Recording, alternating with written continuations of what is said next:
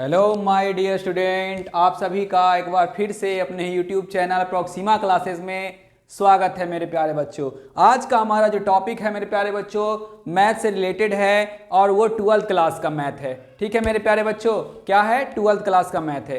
आप अच्छे से ध्यान दीजिएगा, ये जो है इंपॉर्टेंट एकदम टॉपिक है। ठीक है, आपका 12th एग्जाम के दृष्टिकोण से रॉलेज थ्योरम। ठीक है मेरे प्यारे बच्चों, आज हम बात करेंगे रॉलेज थ्योरम पे। ठीक है, रॉलेज थ्योरम को देखेंगे और उस पर हम एक दो मैथ एग्जाम्पल देखेंगे। ठीक है मेरे प्यारे बच्चों, जिससे आपका रॉलेज थ्योरम क्लियर हो जाए। रॉलेज थ्योरम क्या है मेरे प्यारे बच्चों? तो ये डिफरेंशिएशन से ही रिलेटेड है। ठीक है मेरे प्यारे बच्चों, डिफरेंशिएशन से ही रिलेटेड है। अगर हमारा d y by d x बढ़िया से यानी डिफरेंशिएशन हमें अच्छे से आता है तो रॉलेज थ्योरम में हमें कोई प्रॉब्लम नहीं होगा। रॉलेज थ्योरम पढ़ने से पहले हमें दो तीन फॉर्मूला देखना पड़ेगा अच्छे से। ठीक है, जैसे क्लोज इंटरवल हो गया, ओपन इंटरवल हो गया। ठीक है मेरे प्यारे बच्चों, तो आज का हम टॉपिक शुरू करने से पहले आपसे एक रिक्वेस्ट कर रहे हैं, अगर आपको ये वीडियो अच्छा लगता है तो प्लीज़ लाइक कीजिए, शेयर कीजिए और सब्सक्राइब कीजिए। और हाँ, हम आपके लिए ऑब्जेक्टिव का क्लास भी जल्द ही लाने वाले हैं और हम आपसे लाइव भी बहुत जल्द जुड़ने वाले हैं। ठीक है मेरे बच्चों, बहुत ही जल्द हो सकता है 2022 नए साल की शुरुआत के साथ आप लोग के साथ हम लाइव जुड़ें। तो आप ध्यान दीजिएगा, यहाँ बोल रहा है रॉलेज एवं मध्यमान प्रमेय। ठीक है मेरे बच्चों, तो इस वीडियो में हम रॉलेज थ्योरम के बारे में ही सिर्फ जानेंगे, अच्छे से जानेंगे ताकि वो हमें अच्छे से समझ में आ जाए। इसके बाद वाले वीडियो में हम रॉलेज प्रमेय भी पढ़ेंगे, ये मध्यमान मीन वैल्यू थ्योरम भी हम पढ़ेंगे, जो अगर आप बीएससी कीजिएगा मैथ से तो आगे भी आपको काम देगा। ये दो टॉपिक ऐसा है मेरे बच्चों कि आपको एग्जाम में 5 से 6 मार्क्स दिला सकता है, मगर ये बच्चे करते नहीं है, छोड़ देते हैं। मगर आप प्लीज इस टॉपिक को कीजिए, बहुत ही आसान टॉपिक है। इस टॉपिक को आप करने से पहले कुछ थोड़ा सा फॉर्मूला आपको याद रखना पड़ेगा, बस कुछ फॉर्मूला याद रखिए, आपका क्लियर हो जाएगा। आज हम पहला फॉर्मूला आपके सामने लिखने जा रहे हैं। आप कंटिन्यूटी का आप देख चुके हैं। ठीक है मेरे बच्चों, कंटिन्यूटी का आप वीडियो देख चुके हैं, संतत का वीडियो देख चुके हैं। आपको यहाँ पे कुछ फॉर्मूला हम लिख देते हैं। जैसे पहला है त्रिकोणमितीय फलन, त्रिकोणमितीय फलन। ठीक है मेरे प्यारे बच्चों, त्रिकोणमितीय फलन और बहुपद, ये दो ऐसे हैं मेरे बच्चों जो हमेशा संतत होते हैं। पॉलिनोमियल और क्या बोलते हैं, ट्रिगोनोमेट्री। ट्रिगोनोमेट्री फंक्शन और पॉलिनोमियल फंक्शन हमेशा कंटिन्यूटी होते हैं, वो डिसकंटिन्यूटी नहीं हो सकते मेरे बच्चों, इसे आप ध्यान में रखिएगा। ठीक है मेरे प्यारे बच्चों, चलिए ठीक है, अगला चलते हैं हम। देखिएगा, ये त्रिकोणमितीय फलन बहुपद फलन हमेशा लिख देते हैं हम प्यारे बच्चों, हमेशा संतत होता है। ऑब्जेक्टिव में भी पूछ सकता है कि त्रिकोणमितीय फंक्शन दे देगा, आप पूछेगा कि वो कंटिन्यूटी है या डिसकंटिन्यूटी, तो आपको चेक करने से अच्छा है कि आप उसको डायरेक्टली याद रखिए कि वो हमेशा क्या होता है, कंटिन्यूटी होता है, संतत होता है। चलिए कुछ और फॉर्मूला देख लेते हैं, हम रिवाइज कर लेते हैं थोड़ा सा। 11th क्लास में आप लोग पढ़े होंगे इंटरवल के बारे में। ठीक है मेरे बच्चों, इंटरवल के बारे में, इंटरवल, ठीक है, अंतराल, रॉलेज थ्योरम और मध्यमान प्रमेय। और उसके बाद मेरे बच्चों हर्षमान और वर्धमान एक चैप्टर है, उसमें भी इसका यूज होगा। आप मॉडल पेपर मैथ का देखिए, उसमें लिखा हुआ रहेगा इंक्रीज और डिक्रीज। ठीक है मेरे बच्चों, हर्षमान और वर्धमान, मैक्सिमा मिनिमा तो अलग हो गया मेरे प्यारे बच्चों। एक चैप्टर होता है हर्षमान और वर्धमान 6.1 एनसीईआरटी बुक का 6.1 चैप्टर, उसमें भी इसका जरूरत पड़ेगा मेरे प्यारे बच्चों। आप इसको अच्छे से याद कर लीजिए।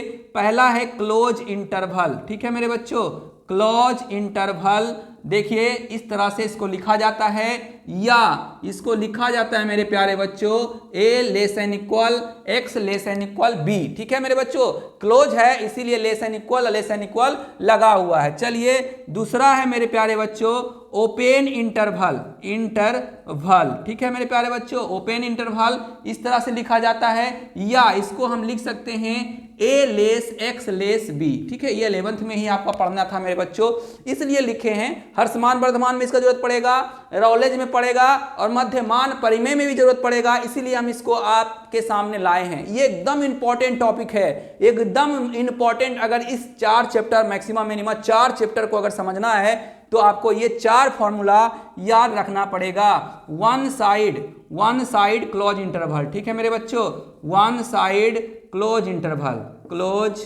इंटरवल, एक तरफ बंद अंतराल। क्या होता है देख लीजिए, एक तरफ बंद रहेगा और एक तरफ खुला हुआ रहेगा। इसका मतलब हो गया a less than equal x less b। यहां समझ रहे हैं, यहां समझिएगा मेरे प्यारे बच्चों, ये बड़ी ब्रैकेट के कारण ही लेस एन इक्वल हुआ है। यहां छोटी ब्रैकेट है तो सिर्फ लेस हुआ है। यहां ध्यान दीजिएगा, देखिए यहां भी बड़ी ब्रैकेट है इसलिए लेस एन इक्वल हुआ है। यहां ध्यान दीजिए मेरे बच्चों, इधर बड़ी ब्रैकेट है इसीलिए लेस एन इक्वल यहां हुआ है, यहां छोटी ब्रैकेट है इसलिए सिर्फ लेस हुआ है। आप इसको समझिएगा, अगर दोनों तरफ ओपन है तो सिर्फ लेस है, इक्वल नहीं है मेरे बच्चों, ठीक है। लास्ट है आपका वन साइड ओपन इंटरवल, ठीक है मेरे बच्चों, वन साइड ओपन इंटरवल इस तरफ हो जाएगा ओपन, यानी जिधर रहता है जो उसको लिखा जाता है। देखो इधर क्लोज है पहले इसलिए क्लोज लिखा जा रहा है, पहले ओपन है इसलिए ओपन लिखा जाता है। इसको लिख सकते हैं मेरे बच्चों, शुरू में देखिए ओपन है इसलिए लेस लिखेंगे, बाद में बंद है इसलिए लेसन इक्वल लिखेंगे।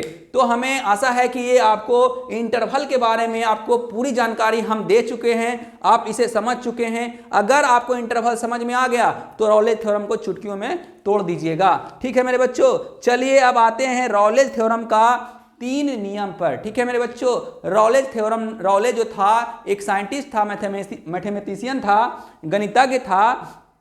उन्होंने 3 आपके लिए फॉर्मूला का इजाद किया, ठीक है मेरे बच्चों, 3 फॉर्मूला। चलिए देखते हैं कौन कौन सा फॉर्मूला था।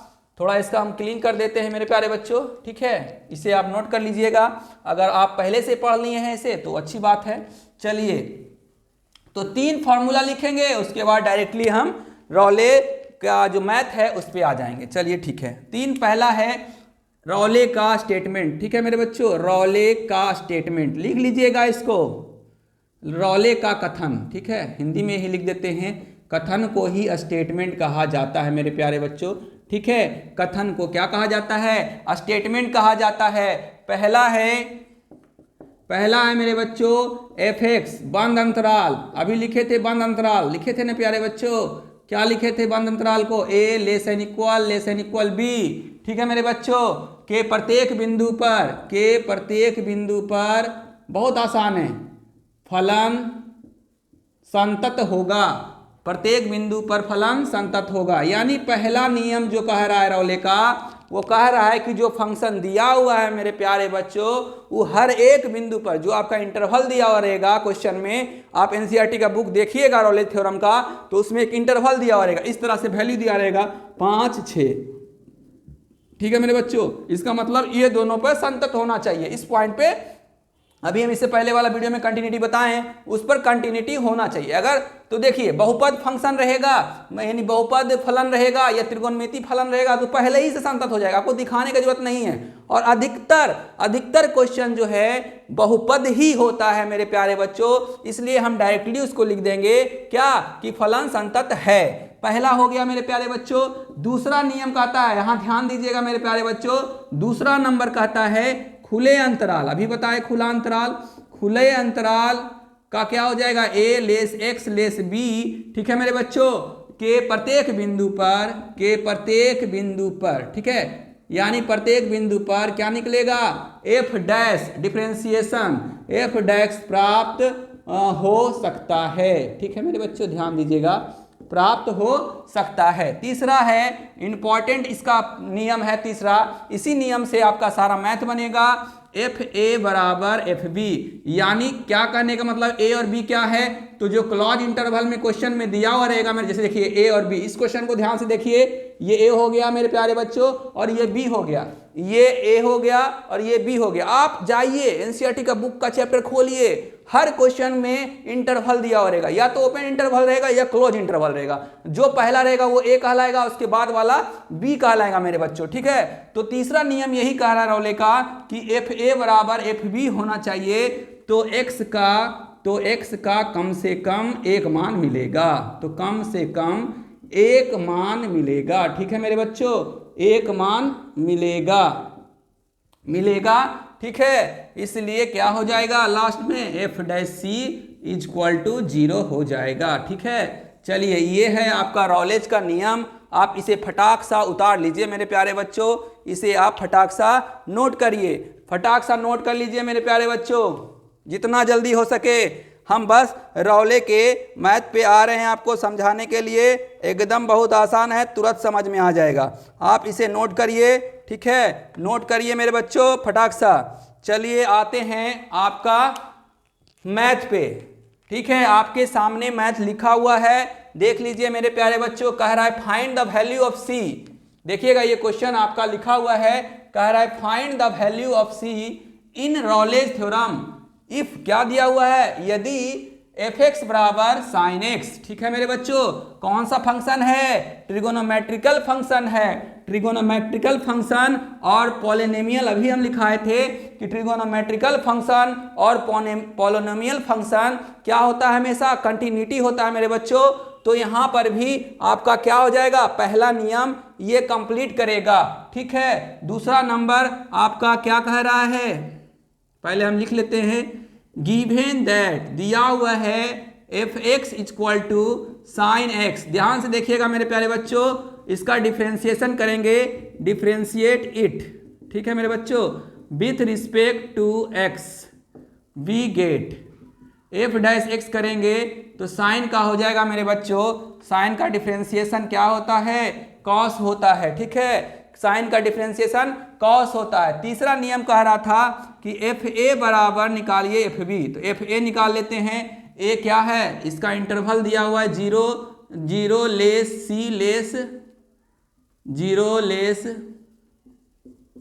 लेस पाई, यानी ए ये हो गया और बी ये हो गया। चलिए एफ ए निकालते हैं, यानी एफ ए 0 हो गया, तो एफ ए इसमें रखेंगे क्योंकि यहाँ पे एफ एक्स है, एफ एक्स की जगह ए हो गया, साइन 0 का मान कितना होता है मेरे प्यारे बच्चों, साइन 0 का मान 0 होता है। चलिए एफ बी यानी एफ बी के जगह है पाई, तो अबर हो जाएगा साइन पाई, साइन 180 का मान भी क्या होता है मेरे प्यारे बच्चों, 0 होता है। अगर याद नहीं है तो लिख लीजिएगा, साइन 180 डिग्री बराबर 0।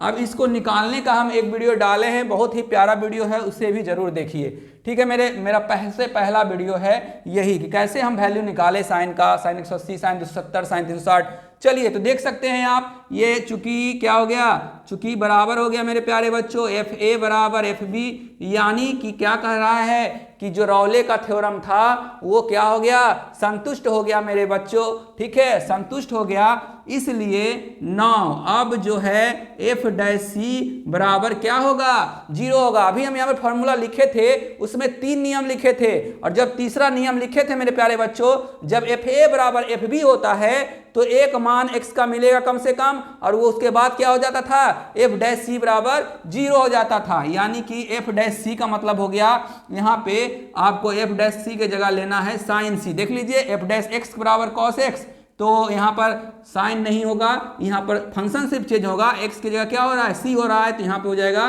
कॉस सी, ठीक है मेरे बच्चों, कॉस सी का मान 0, ठीक है। कॉस 0 का मान कितना होता है मेरे प्यारे बच्चों, कॉस 0 का मान कॉस पाई बाई 2, कॉस 90 का मान होता है कितना, 0, कॉस 90 का मान 0, कॉस कॉस क्या हो गया, खत्म, सी का मान मिल गया क्या, पाई बाई 2। सी का मान ही कह रहा था निकालने के लिए, find the value of C in Rolle's theorem. किसको किसको समझ में आया मेरे प्यारे बच्चों, वो जरूर कमेंट कीजिए, एक बार प्यार से देख लीजिए, फिर से हम एक बार इसे समझा रहे हैं, अच्छे से समझिए। सबसे पहले जो फंक्शन दिया रहे उसको लिख लीजिए मेरे प्यारे बच्चों, उसका डिफ्रेंसिएशन कीजिए। पहला नियम तो ऐसे ही, अगर नहीं देखिए, अगर मान लीजिए त्रिकोणमेट्रिकल फंक्शन और पॉलिनोमियल फंक्शन के अलावा कुछ रहा, यानी कि कहने का मतलब है कि त्रिकोणमितीय फंक्शन और बहुपद फंक्शन के अलावा कुछ रहा, तो सबसे पहले उसको संतत दिखाना पड़ेगा मेरे बच्चों, ठीक है, ध्यान रखिएगा। मगर ये त्रिकोणमेट्रिकल फंक्शन था, इसलिए ये पहले ही से संतत हो गया, ठीक है, क्योंकि हम लिखा चुके हैं कि त्रिकोणमितीय फलन हमेशा संतत होता है। जब ये त्रिकोणमितीय फलन था, उसके बाद हम क्या कर दिए, डिफ्रेंशिएट कर दिए, डिफ्रेंशिएशन किए, तो साइन का हो गया cos x, ठीक है मेरे बच्चों, एकदम ध्यान दीजिए, फटाफट हो जाएगा।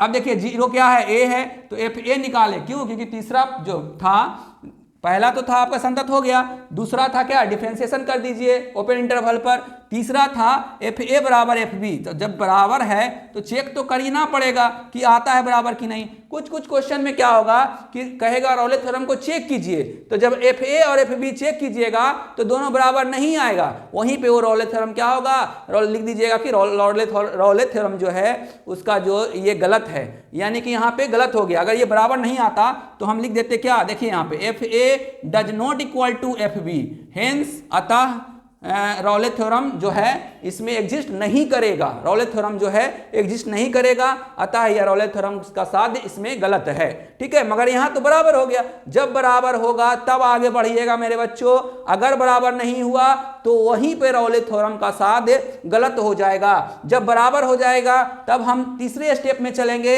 F dash c equal to 0 लेंगे। एफ डैश सी क्या निकला यहाँ पर देख लीजिए, एफ डैश एक्स निकला है कॉस एक्स, यानी एक्स के जगह फंक्शन को हमको चेंज करना है सी के रूप में, तो एफ सी कॉस सी बराबर 0 हो गया। अब 0 का मान आप जानते हैं cos pi by 2, cos cos खत्म हो गया, सी बराबर क्या आ गया मेरे बच्चों, पाई बाई 2 आ गया। यही था आपका राउले थ्योरम। हमें उम्मीद है कि ये आपको समझ में आ चुका होगा। एक दो बार आप रिवीजन कीजिए और एनसीईआरटी का बुक निकालिए और जितना भी राउले थ्योरम से क्वेश्चन है टोटल आज बना जाइए। ठीक है, आपका एग्जाम में कंफर्म 2 नंबर का एक क्वेश्चन पूछता है और 2 ऑब्जेक्टिव पूछता है, एकदम कंफर्म आपका 4 नंबर हो जाएगा मेरे प्यारे बच्चों, इसलिए आप इसको करके जाइए। ठीक है, क्योंकि बहुत सारे बच्चे इस चैप्टर को छोड़ देते हैं। हम तो यही कहेंगे कि आप मत छोड़िए, अगर आपको टॉपर बनना है तो इस चैप्टर को जरूर कीजिए, ताकि जो कॉपी चेक करते हैं उनको लगे कि नहीं ये इस बच्चे में कुछ जरूर बात है जो और बच्चे के अलावा ये बनाया है। ठीक है मेरे बच्चों, तो मेरा सजेशन यही है कि इस चैप्टर को आप कीजिए, अच्छा चैप्टर है, कोई ज़्यादा हार्ड चैप्टर नहीं है। मैक्सिमा मिनिमा से रहेगा, राउले और मध्यमान परिमेय से रहेगा, और एक इंक्रीजिंग और डिक्रीजिंग से रहेगा, ह्रस्वमान और वर्धमान से रहेगा मेरे प्यारे बच्चों। आपको हर एग्जाम में देखने को, इस एग्जाम में देखने को मिलेगा, हर एग्जाम में पूछता है, आप क्वेश्चन बैंक में भी देख सकते हैं। अगर मॉडल पेपर आपका 2022 वाला है तो उसमें देखिए आप जा करके, 2 नंबरिया में पूछा हुआ है ह्रस्वमान एवं वर्धमान। ठीक है मेरे प्यारे बच्चों, तो हमें उम्मीद है कि ये सेशन आपको अच्छा लगा होगा। अगर ये सेशन आपको पसंद आया है मेरे प्यारे बच्चों तो प्लीज़ मेरे चैनल को सब्सक्राइब कर लीजिए अगर नए हैं तो, और अगर पुराने हैं तो बेल आइकन दबा करके रखिए, आपको हमेशा नोटिफिकेशन जाते रहेगा। हम लगातार आपके लिए अच्छे अच्छे वीडियो लाते रहेंगे, यह मेरा वादा रहा आपसे। जब तक आपका एग्जाम खत्म नहीं हो जाता हम एक पैर पर खड़े हैं। ठीक है मेरे बच्चों, एकदम आपके लिए 1 फरवरी तक हम एक पैर पर खड़े हैं, आप बस मेरे साथ टिके रहिए। ठीक है, चलिए धन्यवाद आज के आपका सेशन वॉच करने के लिए, थैंक यू, अलविदा।